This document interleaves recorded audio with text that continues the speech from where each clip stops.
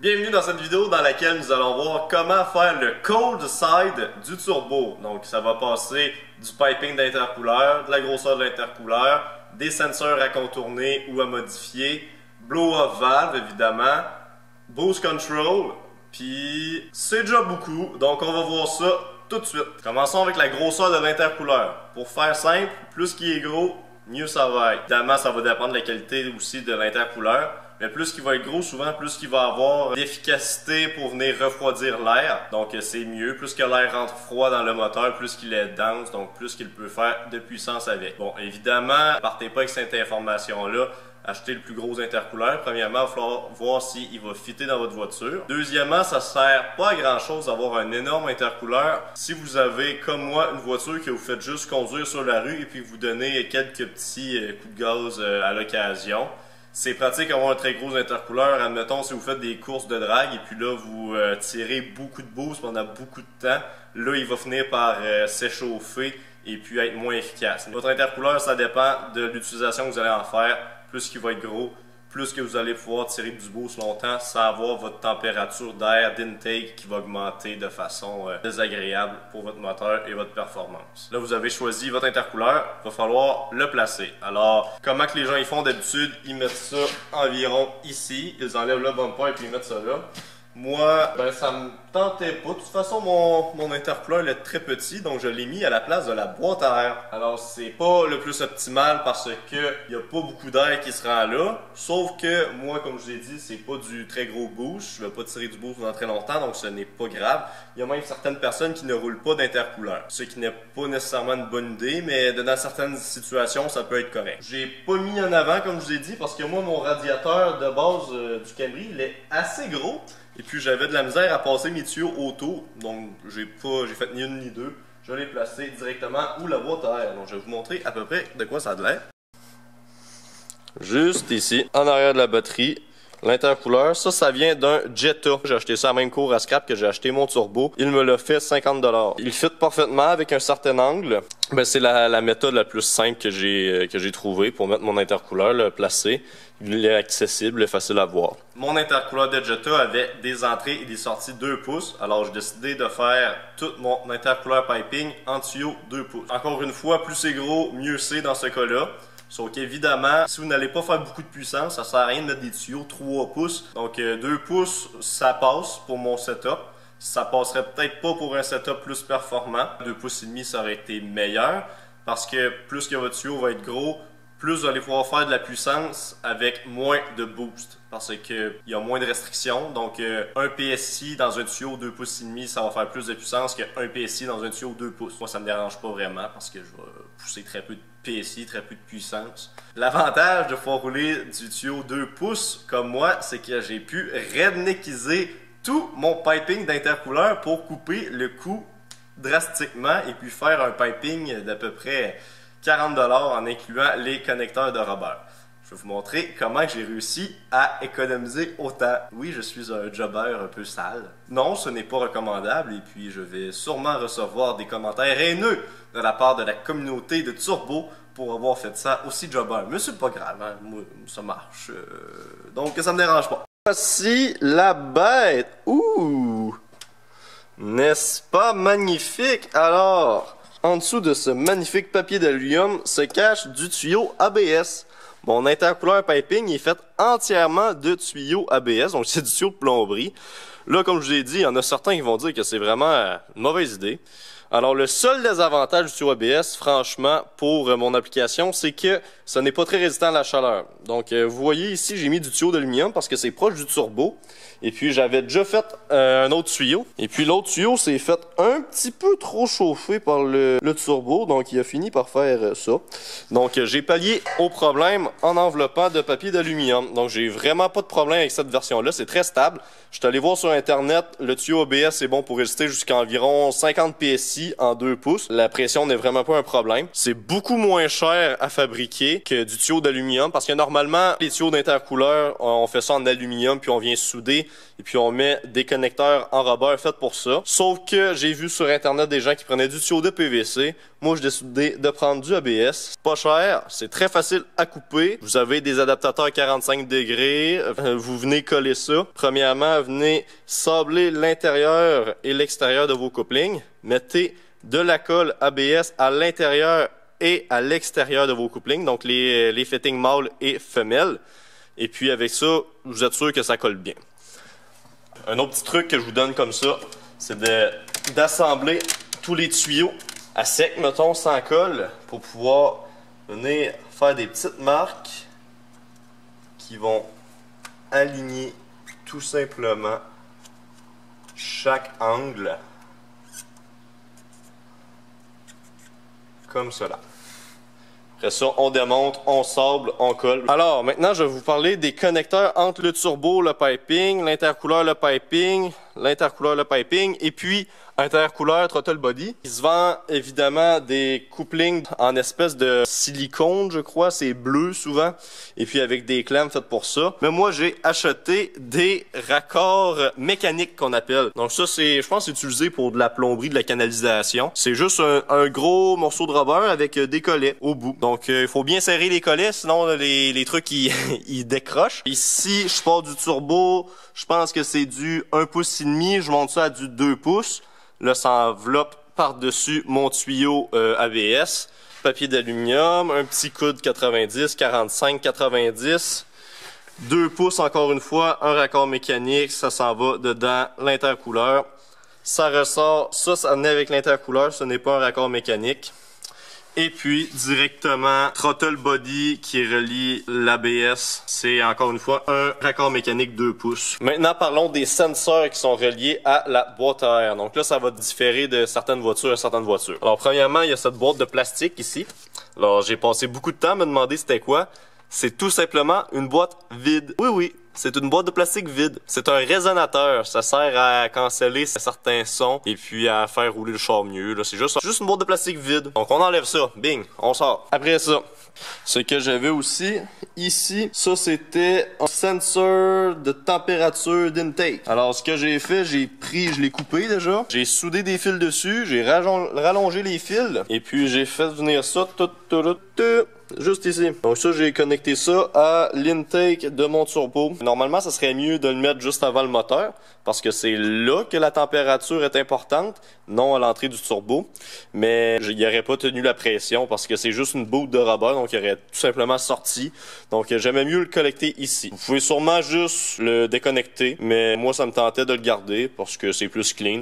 Donc c'est ça que j'ai fait. Après ça, comme autre sensor que vous pouvez avoir, vous pourriez avoir un AFM, le MAP sensor, le MAF aussi, Mass Airflow Sensor. C'est différents sensors que les voitures ont de nos jours pour calculer la quantité d'air qui rentre dans le moteur pour pouvoir savoir quelle quantité de fuel à injecter dedans le moteur. Donc souvent, les voitures en ont plusieurs. En réalité, une voiture peut rouler avec un seul sensor comme le MAP sensor, mais ils ont souvent un MAF en plus pour avoir des données de validation, pour savoir vraiment s'il y a un système qui lâche, ben vous en avez un autre de backup et puis ça vous permet aussi d'avoir une mesure beaucoup plus précise. Je vais vous mettre une vidéo en fiche juste ici qui va parler de ces différents sensors-là. Alors la règle de base que j'ai utilisée pour venir refaire mon intake pour avoir du turbo, c'est qu'est-ce qui est sur l'entrée d'air doit rester sur l'entrée d'air. Ici j'avais une espèce de truc électronique qui était branché sur la boîte à air. Donc là, j'étais allé faire mes recherches et puis ça se trouve que c'est sur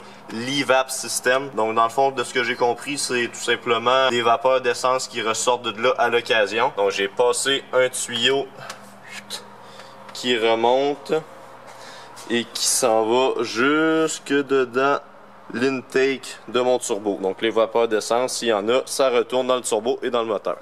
Donc ça c'est bien, j'ai même pas eu besoin de faire mes recherches, j'ai connecté ça avant de le savoir et puis ça donne que ça marche. Commencer ce petit schéma. Alors ici c'est le manifold intake de ma voiture, ici c'est mon turbo, côté compresseur, côté turbine, intake, exhaust. On va commencer avec le blow-off valve ou diverter valve. La différence entre les deux, c'est que le blow-off laisse sortir l'air à l'extérieur du stem tout simplement.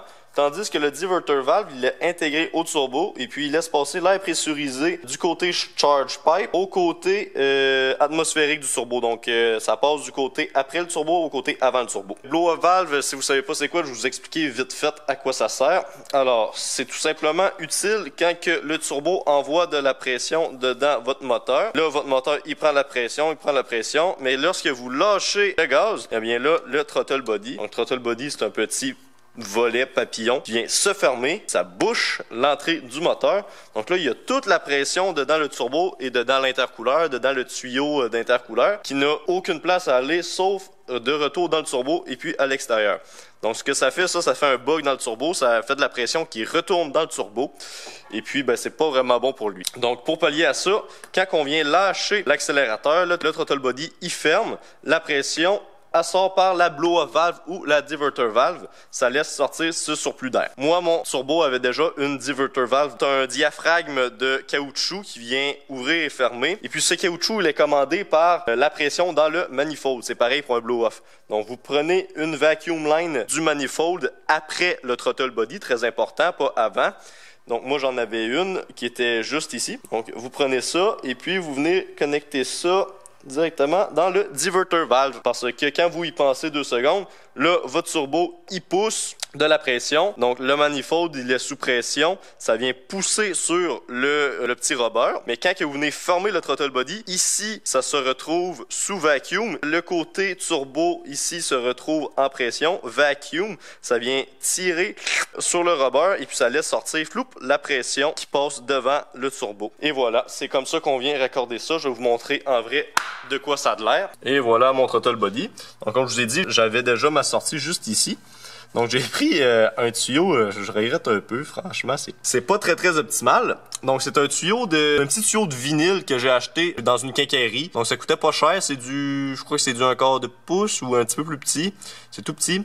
Et puis ça part du throttle body, je l'ai fait courir le long de la voiture, directement dedans le diverter valve. Donc c'est simple de même. Maintenant, nous allons parler du contrôle du boost, de wastegate et puis de gauge à boost. Donc on va commencer par parler de wastegate si on veut parler de contrôle du boost. Alors les wastegates, nous en avons 2 types. Il y a les externes et les internes. Moi, mon turbo, c'est interne, donc elle est intégrée au turbo. La façon que ça fonctionne, c'est que nous avons un petit flapet dans le turbo qui vient ouvrir et fermer, qui laisse passer les gaz d'échappement directement dans l'exhaust. Donc, au lieu de passer par la turbine, les gaz d'échappement la contournent et s'en vont dans l'exhaust. Donc, ça fait ralentir la vitesse de la turbine, ça fait ralentir le turbo, ce qui produit moins de boost. Donc, c'est comme ça qu'on vient contrôler pour pas venir pousser 50 PSI puis venir exploser tous les moteurs du monde. Le flapet, il est connecté à un actuateur. Moi, encore une fois, j'avais ça directement sur mon turbo stock. L'actuateur de la wastegate est activé par la pression présente dedans votre intercooleur piping et votre moteur. Donc, ça vous prend une vacuum line qu'on appelle, donc comme je vous ai montré tantôt. Une vacuum line qui part du côté avant throttle body, donc pas du côté vacuum, ça c'est très important.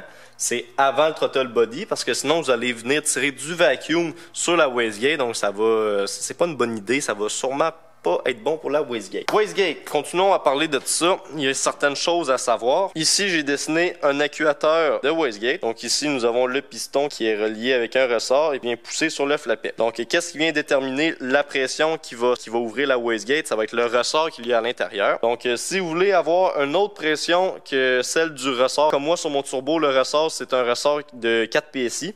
Donc, si vous voulez rouler plus de boost que 4 PSI, c'est là qu'on vient jouer avec des boost controllers. Alors, comment ça marche un boost controller? C'est très simple. Ça vient tout simplement intercepter l'arrivée de boost dedans l'actuateur et puis ça le bloque à un certain nombre de PSI. La manière qu'ils font ça, c'est tout simplement une petite bille de métal sur ressort qui a besoin d'être poussée par la pression du boost avant de repartir dedans l'actuateur juste ici. Une chose à savoir, c'est qu'avec un boost controller, vous allez pouvoir environ tripler la pression d'origine de la wastegate. Par exemple, si votre wastegate elle ouvre à 7 PSI de boost, vous allez pouvoir mettre un boost controller pour rouler environ 3 fois plus de boost parce qu'après 3 fois plus de boost, notre exemple 7 PSI x 3, ça fait 21 PSI, et bien là, les gaz d'échappement vont venir forcer directement la wastegate ouverte. Même si vous allez boucher complètement, même si vous connectez même pas de vacuum line qui vient pousser, eh ben juste la pression dans les gaz d'échappement du côté du manifold, ben ça va être capable d'ouvrir la wastegate. Dans ce cas-ci, il va falloir venir rajouter un ressort dedans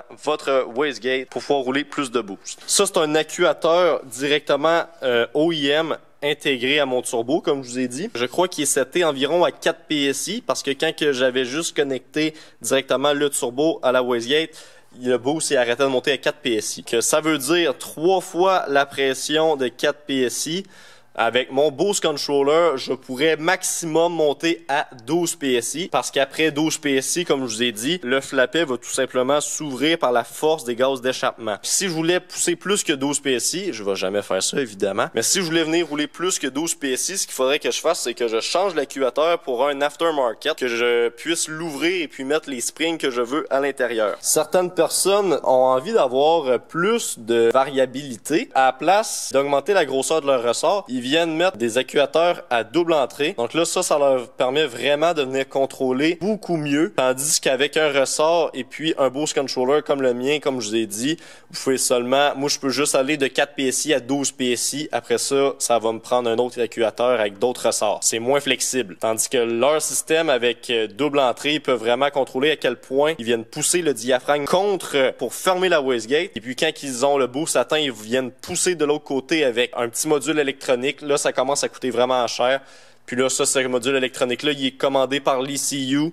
Puis là, il faut qu'ils communiquent ensemble. Donc ça, c'est beaucoup plus compliqué. Je garde ça simple. Puis surtout, moi, il y a pas d'utilité à ça. Je viens vraiment juste rouler 4 PSI. Je garde ça comme ça. Même que je roulerais même pas de boost controller avoir su parce que ça sert absolument à rien. Sinon, je vais tout sauter ma transmission. J'en ai déjà sauté une transmission. Ça me tente pas d'en passer d'autres. Donc, avoir su, j'aurais tout simplement parti un tuyau d'ici à la wastegate. La wastegate, elle ouvre à 4 PSI. Et c'est parfait pour moi. Mais bon, j'ai quand même passé, comme je vous ai dit, des hoses de vacuum pour pouvoir contrôler le boost de l'intérieur de la cabine de la voiture. Là, je vais vous faire un petit schéma de comment ça marche pour mieux vous illustrer comment ça fonctionne. Bon, je vais commencer avec un setup qui aurait été beaucoup plus simple et qui aurait été beaucoup plus adapté pour moi. Donc, c'est très simple le setup que j'aurais dû faire, avoir su que j'allais pas rouler plus que 4 PSI. Sur le turbo, il y a une sortie sur le compressor housing. Donc, compressor housing, c'est le côté froid, côté qui compresse de l'air.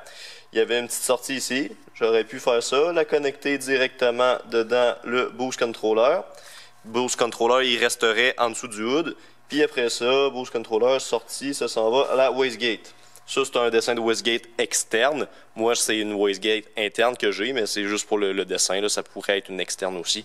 Donc ça, c'est le setup le plus simple que j'aurais dû faire. Après ça, pour mon boost gauge, j'aurais pu tout simplement mettre un T sur une vacuum line. J'avais une vacuum line ici. Bien évidemment, côté moteur, pas côté intake, quand on regarde par rapport au throttle body qui est ici. Et puis t'envoies ça dedans ton boost gauge. Simple de même. Je vais vous montrer la version que j'ai faite pour moi. Alors, j'ai mon manifold. J'ai monté sur mon manifold du côté moteur, donc le côté qui va du vacuum. Avec ça, je passe une ligne qui va à travers la cabine, qui se retrouve sous mes pieds. Là, ça rentre dedans mon boost controller. Après mon boost controller, flou, ça s'en va jusque dedans ma wastegate. Et puis, pour avoir mon boost gauge, ce que j'ai fait, je suis venu connecter. J'ai mis un T juste ici, qui s'en va dedans mon boost gauge. Alors, c'est très important. Je l'ai mis du côté avant le boost controller parce que c'est ce côté-là qui va du vacuum. Et puis je me suis permis de mettre mon boost controller du côté moteur parce que le boost controller, vu que c'est une petite bille qu'il y a dans le fond, quand que ça tombe en vacuum, la bille vient boucher le trou. Donc ça évite que ça vienne tirer du vacuum sur ma wastegate. Parce que si vous avez bien écouté, j'ai dit que c'était pas très recommandé de connecter du vacuum sur ta wastegate. Il y a du vacuum qui se tire ici, donc je mets un T pour aller à mon vacuum gauge. À partir de là, le vacuum il est coupé parce que la bille elle vient boucher le trou, donc ça peut pas descendre en bas de 0 vu que c'est bouché. Mais quand on tombe en boost, là la bille elle se fait soulever et puis ça envoie de l'air dedans la wastegate. Mais la wastegate, elle ne voit pas de vacuum grâce au boost controller. C'est la fin de la vidéo. J'espère que ça vous a plu, que vous avez appris quelque chose. Si c'est le cas, abonnez-vous à ma chaîne YouTube, laissez un pouce bleu. Dites-moi dans les commentaires si vous voulez que je fasse une vidéo test du Camry Turbo. Sinon, c'est pas mal ça. On se revoit dans la prochaine vidéo. Salut!